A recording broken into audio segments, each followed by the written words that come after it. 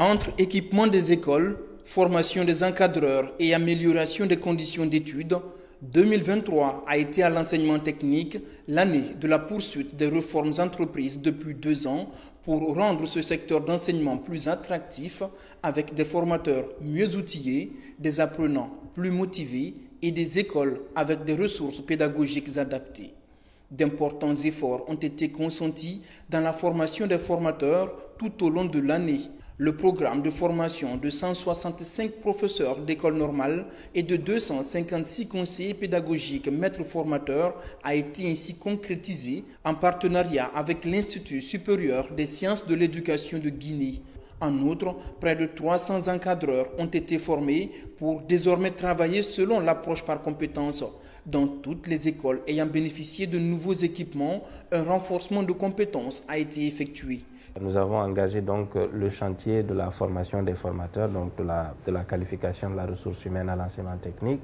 À ce niveau-là, des services ont été fusionnés pour donner justement un contenu de qualité, rénover les curricula, renouveler les filières et surtout les adapter aux desiderata du secteur privé. Aujourd'hui, nous sommes à mesure de vous dire que nous sommes avancés aussi sur ce chantier-là et nous attendons le recrutement de nouveaux enseignants également pour pouvoir justement leur faire bénéficier des formations techniques initiales, du perfectionnement en matière de pédagogie afin de les déployer dans les écoles. Si vous combinez cela à l'acquisition des équipements et à l'acquisition de la matière d'œuvre suffisante, vous trouverez à la fin une démarche qualité qui va aujourd'hui nous permettre de faire des résultats dès l'année prochaine en termes d'impact sur la qualité de la formation. Aux intenses activités de développement du capital humain s'ajoutent les réalisations liées à la construction et à la modernisation des infrastructures. Pour la première fois, les travaux de rénovation du centre d'éducation à l'environnement et au développement de Pita ont été lancés 26 ans après la création de ce centre. Non loin, à Dalaba, la construction de l'École nationale d'éducation physique et des sports a démarré également cette année. À Donka, le CFP a été inauguré et baptisé du nom de l'écrivain Kamara Laye, ancien apprenant de ce centre. À Koya, l'école régionale d'art et de métier a été mise à la disposition des populations. Elle immortalise Feu Ibrahima Souman, fils de la localité et ancien ministre de l'enseignement technique.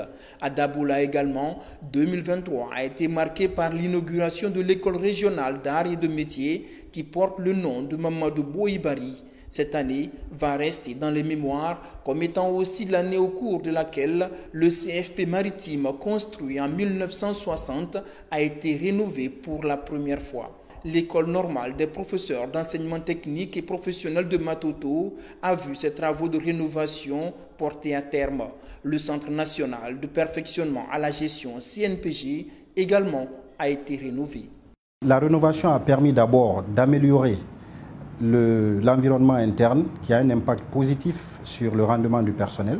Nous avons réalisé la formation de 212 cadres. Nous avons ensuite renforcé les capacités de près de 600 travailleurs des secteurs publics et privés. 2023 pour nous a été une année de résultats au niveau de la correction d'une anomalie qu'on a constatée en arrivant. Environ 600 personnes qu'on a identifiées avec les ressources humaines du département, de formateurs qui œuvrent dans l'ETFP et qui n'avaient pas eu d'exposition, aussi peu soit-elle, à la pédagogie. Donc on s'est employé à corriger ce tir-là. 2023 restera gravé dans l'histoire de l'enseignement technique en Guinée comme l'année du début du paiement des bourses d'entretien pour les apprenants des écoles professionnelles. Un acquis qui traduit une réelle volonté politique de soutenir ce secteur d'enseignement autrefois relégué au second plan et qui de plus en plus sort de l'ornière avec aussi une amélioration nette de l'approvisionnement en denrées alimentaires à destination des écoles à régime d'internat. Les succès enregistrés à l'enseignement technique ont eu des échos en dehors des frontières. En mai 2023, les ministres maliens et centrafricains de l'éducation étaient présents à Conakry pour s'inspirer du modèle guinéen de valorisation et de gestion de l'enseignement technique. Un modèle qui mise aussi fortement sur le digital avec la dématérialisation des procédures d'octroi d'agrément pour l'ouverture des écoles techniques privées. Dans le domaine de l'emploi, on note entre autres la numérisation du permis de travail et la préparation des équipes à la réalisation du projet de création de 20 000 emplois avec l'AGIP. L'ONFPP a pour sa part poursuivi les formations continues et en apprentissage.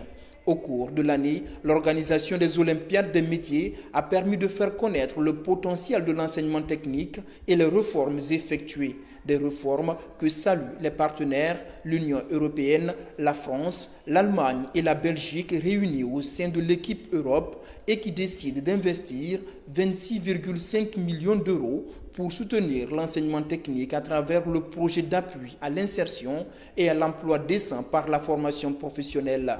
2024 s'annonce avec de belles perspectives, avec entre autres l'ouverture de la maison de l'emploi, de l'entrepreneuriat et de la formation.